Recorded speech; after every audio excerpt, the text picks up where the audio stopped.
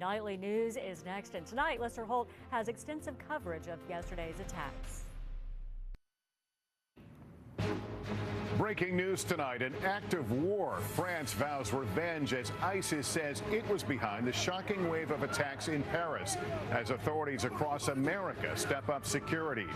In Paris, new video of the shootout between police and the terrorists. Amid a staggering toll of dead and injured, a young American woman is among those killed.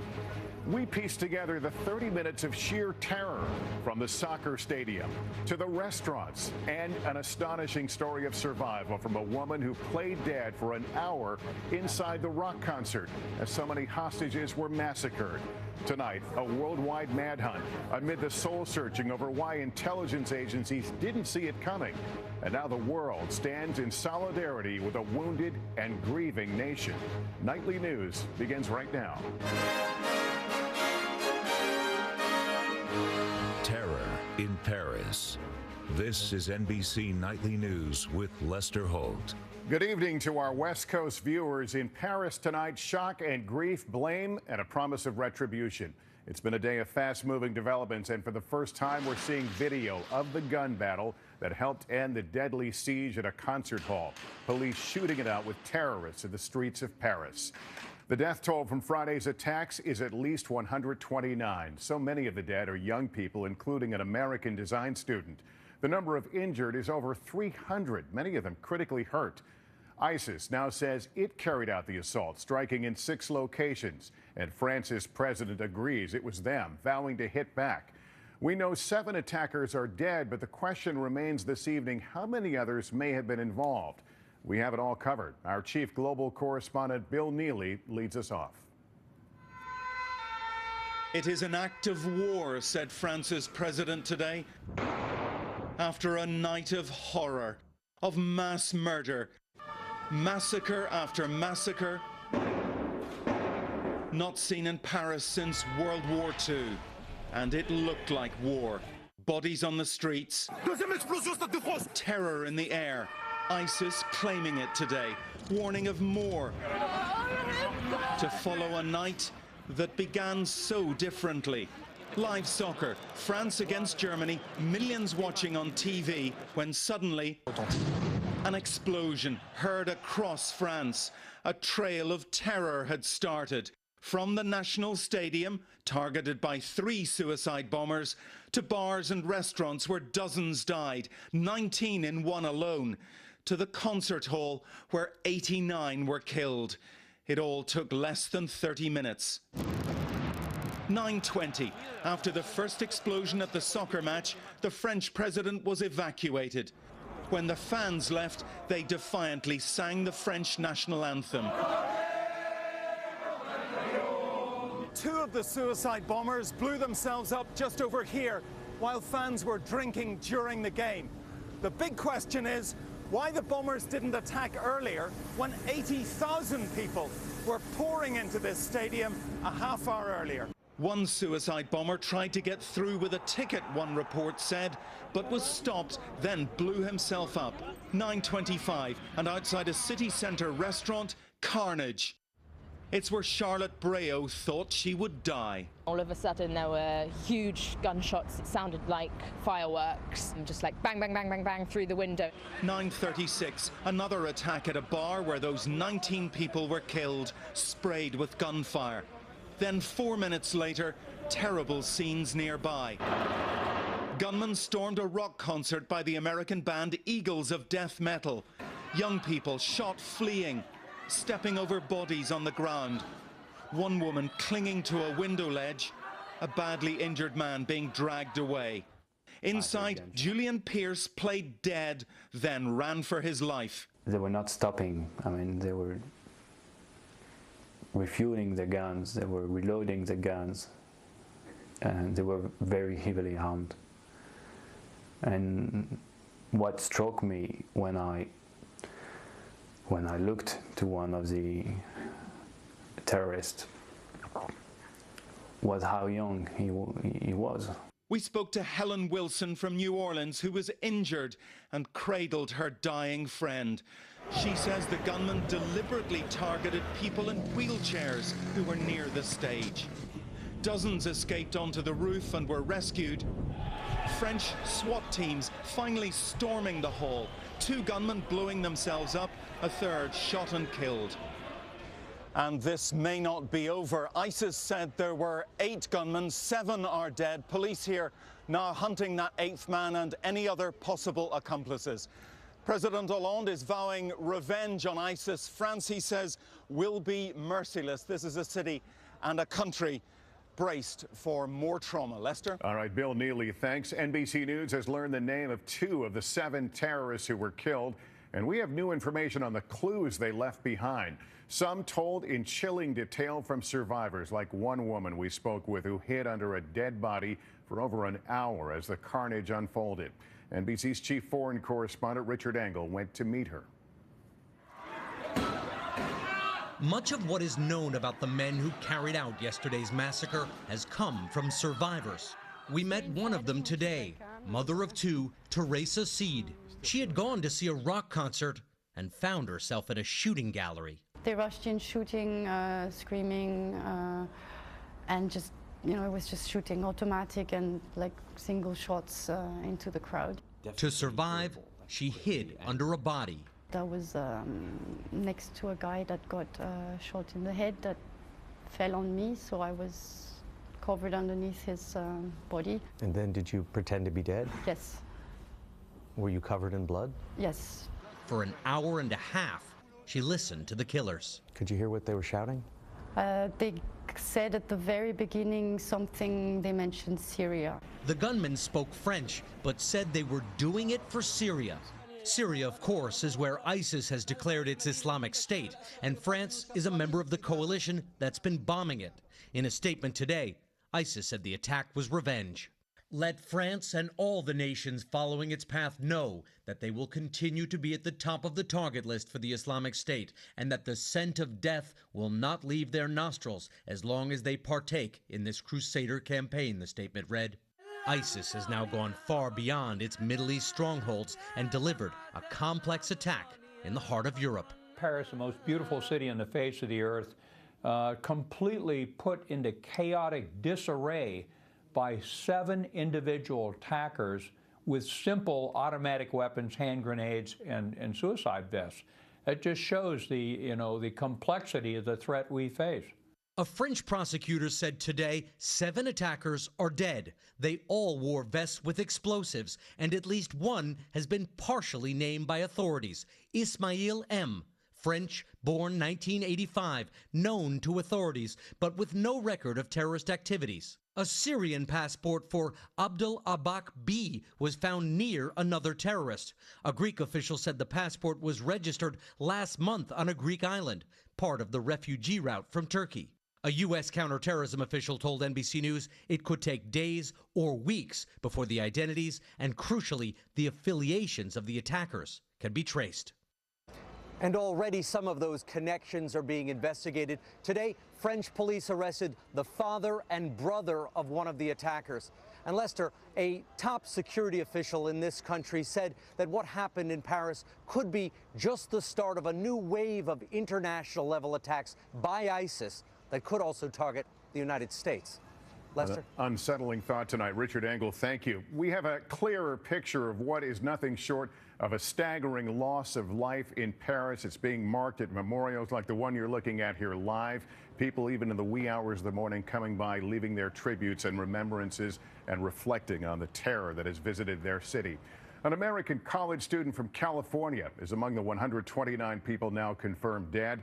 At just 23 years old, she mirrors the young age of many of the victims, their lives ripped away by the unfeeling grip of terror. NBC's Erica Hill is in Paris tonight with some of their stories. On the streets of Paris, an outpouring of anguish. Memorials popping up outside restaurants, where inside time stands still. 23-year-old Noemi Gonzalez, a junior at Cal State Long Beach, was studying design this semester in Paris and enjoying a Friday night out. Friends and family called her Mimi and said she'd worked for months to make her dream of studying abroad a reality. This is really happening. This is happening. and there's nothing I can really do to bring her back. Nick Alexander, described by his family as everyone's best friend, was working at the Bataclan Concert Hall. Known as Handsome Nick, he handled merchandising for bands on tour in Europe. 26-year-old lawyer Valentin Ribet was also at the concert. His firm described the young litigator as a wonderful personality around the office. Today, near that concert hall where so many were cut down, a tribute. As families frantically searched for the missing, many turned to social media, posting pictures and details of their last known location with the hashtag Recherche Paris, Search Paris, with more than 1 million tweets in the past 24 hours. A haunting reminder of New York in the days after 9/11. At the city's famed Place de la République, reminders of January's Charlie Hebdo attack linger, now joined by new images of peace and resilience. For visiting Americans Ricky Stern and Alicia Southwell, it feels all too familiar. You're both from cities and went through terror attacks yourselves in the United States. How does that impact how you're feeling tonight? Well, I think we feel, tremendously sad that, this is the world that we're all going to be living in, but that it's so important that you don't let terrorists win, that you come out, you show solidarity. There's a link with France, I think, today with all over the world, of course, because people are relating to the situation. Tonight, the City of Light inspiring people across Europe to show their support. Candles in their windows, defying the darkness terrorists tried to spread. And Lester, what we're looking at, one of these memorials, which you referenced just before that story, is outside of Le Carillon, which is a restaurant just across the street from the little Cambodia restaurant we've heard so much about. A car pulled up here Friday night. They jumped out, started shooting, and then made their way across the street to that other restaurant. In all, 14 people killed, 12 injured. The memorial has grown since we first came upon it earlier today, Lester, and you can imagine it will only continue to grow in the hours to come. Erica Hill tonight, thank you. French officials scrambling to identify the intelligence gaps that failed to prevent Friday's carnage in Paris. It's yet another blow to the country's homeland security only 10 months after a separate attack on the satirical magazine Charlie Hebdo. NBC's Keir Simmons spoke to intelligence officials. Police raids less than 24 hours after the attacks in Belgium. Multiple arrests and search warrants executed today. These operations are still ongoing as we speak. In the hours after the massacre, the French looking for clues and reviewing their intelligence. We now know they had a security file on one of the killers. A former French prosecutor says they have been overwhelmed with people traveling to and from Syria. We have a long experience. We have, all the structures. But right now we are facing a new phenomenon. A French ISIS sympathizer who visited Syria was arrested in August for planning a similar attack, NBC News has learned. Another in Germany this month had a car loaded with explosives. It's awful, and I'm afraid it's going to happen again, and it could well happen in other countries, including the United States. Yesterday, it was Paris for a second time. The concert hall, scene of carnage last night, is just along that street. Less than half a mile further is the office of Charlie Hebdo, another attack the European security services failed to prevent. 12 died in the attack in Charlie Hebdo's newspaper office in January. Here too, the weapons included Kalashnikovs. Parisians shocked today. We just didn't think that this could happen twice. Yeah. It could have been 3 times. In August, a man wielded a Kalashnikov on a train to Paris, stopped only when members of the public, including 3 Americans, took him down.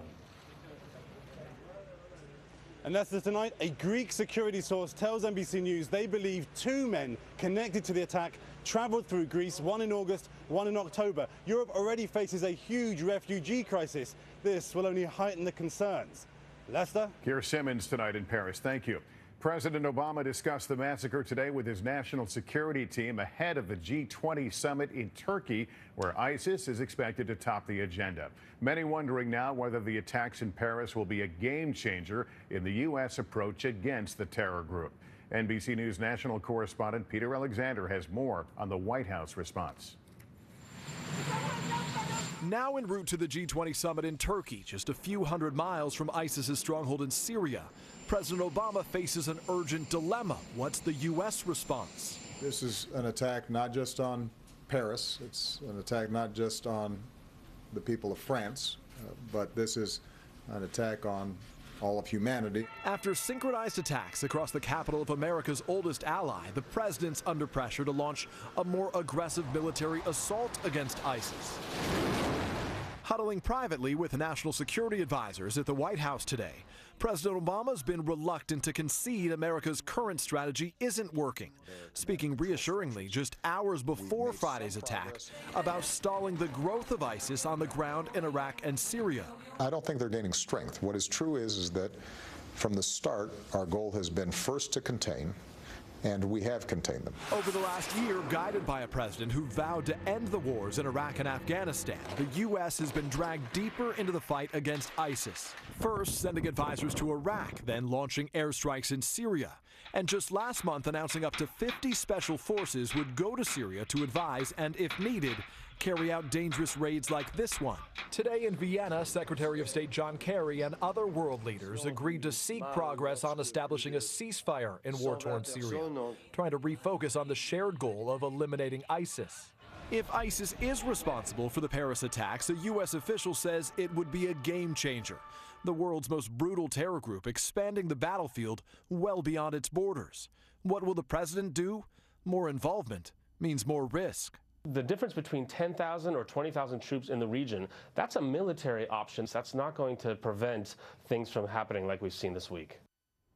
The White House says there is no specific or credible threat to the U.S. here at home. And tonight, officials here at the White House say President Obama still plans to attend international climate talks in Paris at the end of this month. Lester? All right, Peter, thank you. ISIS has now claimed responsibility for 3 attacks overseas in the past 2 weeks. First, the Russian plane crash in Egypt, then the twin bombings in Beirut, and now the massacre in Paris, with France calling it an act of war. But militarily, what would it take to weaken or defeat ISIS? For more now, I'm joined by retired General Barry McCaffrey, a military analyst for NBC News. You saw him a moment ago. Airstrikes have had only limited effect, General. If France or the U.S. decide to take the gloves off, is there an effective military solution to defeating ISIS, and what would it look like? Well, probably only a minor component of it, Lester. At the end of the day, it's the Customs and Border Protection, it's the FBI, and it's good intelligence. It's the primary way of securing the American people. You can't have security at every football game, every nightclub in America or Western Europe. Now, having said that, I think we have been micromanaging and having tremendous insecurities in our decision-making process to start direct operations by Special Operations Command, as well as U.S. Air Force and Naval Air Power against ISIS. Way too restrictive rules of engagement. A bunch of these aircraft come back to the carriers and the bases every night with their ordnance unexpended. And the whole notion of, for example, announcing 50 special operations or less was nonsense. We need to tell SOCOM, you're at war, go after them. All right, General McCaffrey, good to have you here, sir. Thank you. When NBC Nightly News continues on this Saturday, an inside look at Homeland Security. Do the attacks in Paris leave us more vulnerable on American soil? As far back as I can remember, I always wanted to host The Tonight Show. There was Stevie the Sidekick, there was hashtag The Dancing Panda, and of course, the legendary Roots crew. This week, Fallon's New with Kate Blanchett, Justin Bieber, and Jennifer Lawrence. It's The Tonight Show. This is Black Friday. Oh my God. Does anybody want to be part of this? No. Well, Chevy has a better way with Black Friday deals all month long. That's a great idea. What if you could get up to 20% cash back when you bought it? Bam! 20% back? That's awesome. It's Black Friday. Find your tag and get cash back for 20% of the MSRP on select 2015 vehicles in stock. That's over $4,100 on this Chevy Cruze. Cool. Time to go shopping. Quality, top-tier gas can help engine performance. I wonder what that's like. Ricky, how does it feel to be a champion? Can't take all the credit. This guy's performance on the road inspires me. He's the real MVP. We did it, man!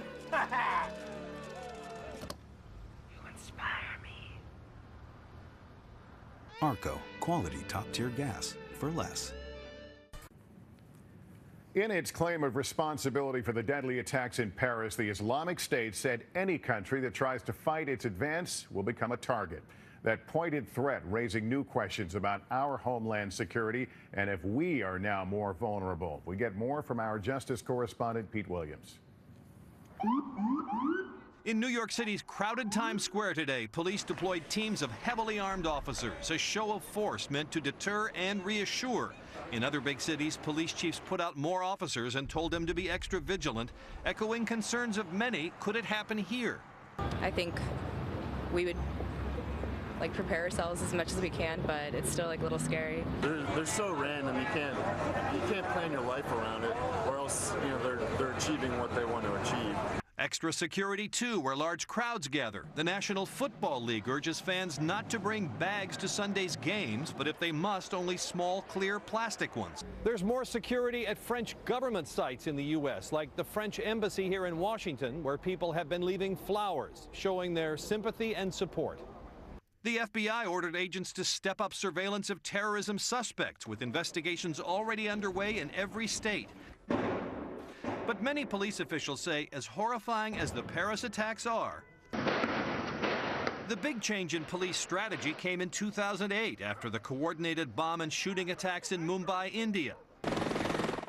Big city police officials say they now train for that kind of terrorism. The NYPD has completely redesigned its tactical response to a multi-location active shooter case. This is not something that we started thinking about yesterday or the day before.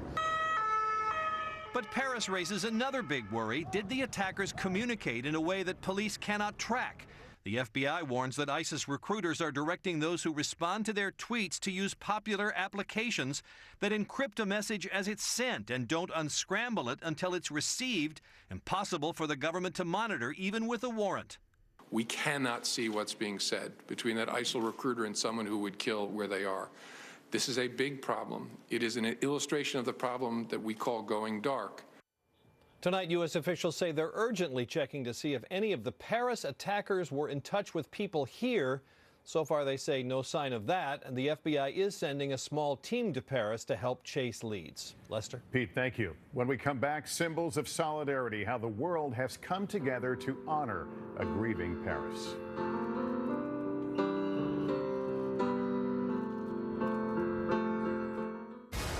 Comes down to Phoenix for a chance to qualify for the NASCAR Sprint Cup Championship. Who will join Jeff Gordon in Miami? Tomorrow on NBC. Coverage begins on NBCSN. How NASCAR does playoffs.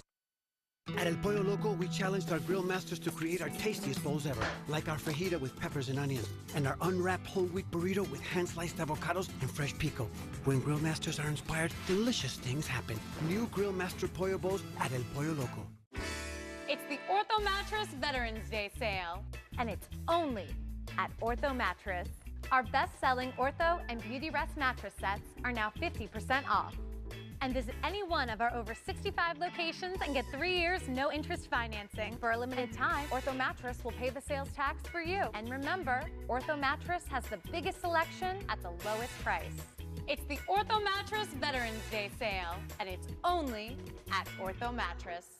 Good news, El Pollo Loco's 3-course family meal with fire-grilled chicken, sides, and churros now comes with handmade enchiladas. Better news, it's so much food, your leftovers will have leftovers. New $20 3-course family meal, El Pollo Loco, crazy you can taste. You're looking at live pictures of a growing crowd outside the French consulate here in New York City. Just one show of solidarity this evening for Paris, echoing a sentiment of mourning shared tonight around the world. Here's NBC's Harry Smith. In Paris today, a man pulls a piano behind a bicycle. He stops to play.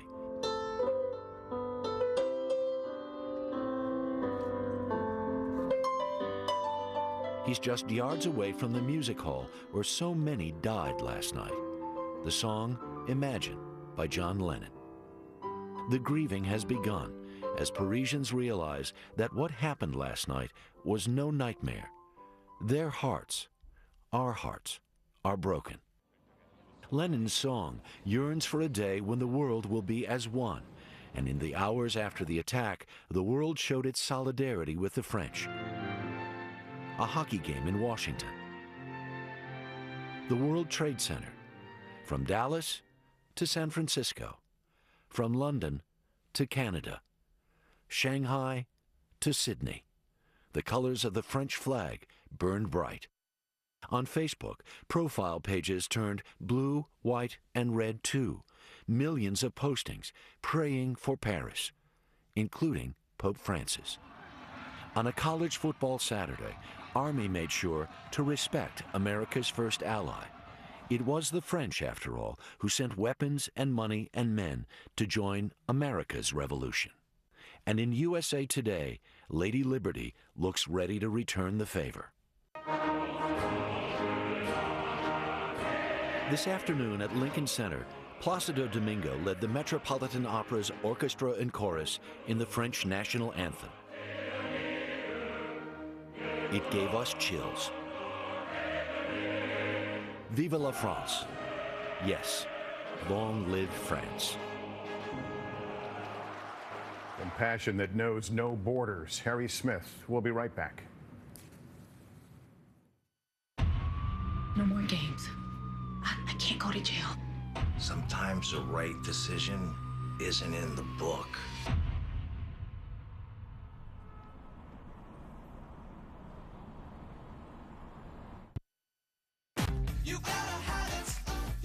Sweaters are this season's must-have fashion. At Ross, you'll find the latest styles at incredible savings. This sweater's more than $32 at department stores, but if you want it for less than $18, you gotta go to Ross.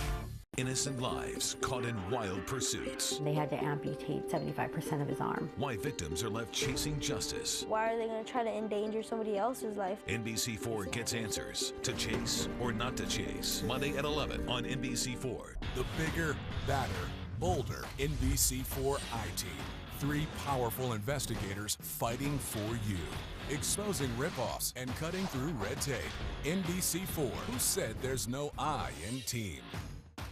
The perfect pair of shoes or boots can really make an outfit. At Ross, you'll find the latest styles for a fraction of what you'd pay at department stores. Why pay $89 for these boots when you can get them for less than $28? That's why you've got to go to Ross. As shocking as the last 30 hours have been, the coordinated attacks, the slaughter of hostages, the bombs exploding outside the soccer match, it also feels so sadly familiar. Terror is the ultimate déjà vu. How many times have we seen it? The horrifying images, the portraits of innocent victims, the vows to bring the guilty to justice. All part of a familiar refrain, as familiar as the candles and messages of the ubiquitous makeshift memorials. Images like this could have been taken after the Charlie Hebdo attack in January or after any number of senseless massacres. But they represent the critical gathering places, the touchstones to humanity that we need to reconnect with the better part of us, the part that deeply yearns for peace, not violence, to prevail. And sometimes that elusive answer as to why comes in the form of a question, like one affixed to a bullet-shattered Paris restaurant window. In English, it asks, in the name of what? That'll do it for us on this Saturday night. I'm Lester Holt. Good night. A telenovela is a soap opera. A telenovela is a soap opera with wardrobe malfunctions. Rip away dress, rip away necklace, rip away hair. I feel like a princess. Eva Longoria returns to television. Even the nuns are slutty here. In telenovela. The Wiz Live is sponsored locally on NBC by World Vision. For the NBC Wiz Live, you are Dorothy.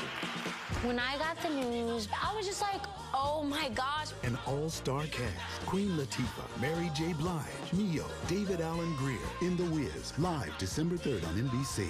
The Wiz Live on NBC is sponsored locally by World Vision. This Christmas, World Vision invites you to share big dreams with children. Learn how you can share at worldvision.org. With the help of Comfort Keepers, I'm keeping my mom healthy. I'm keeping Dad on schedule. I'm keeping my mom happy. Comfort Keepers in-home professional caregivers can provide meal planning and preparation, health and wellness services, and personal care services through custom care plans that can change as needs change, so your aging loved ones can stay happy and healthy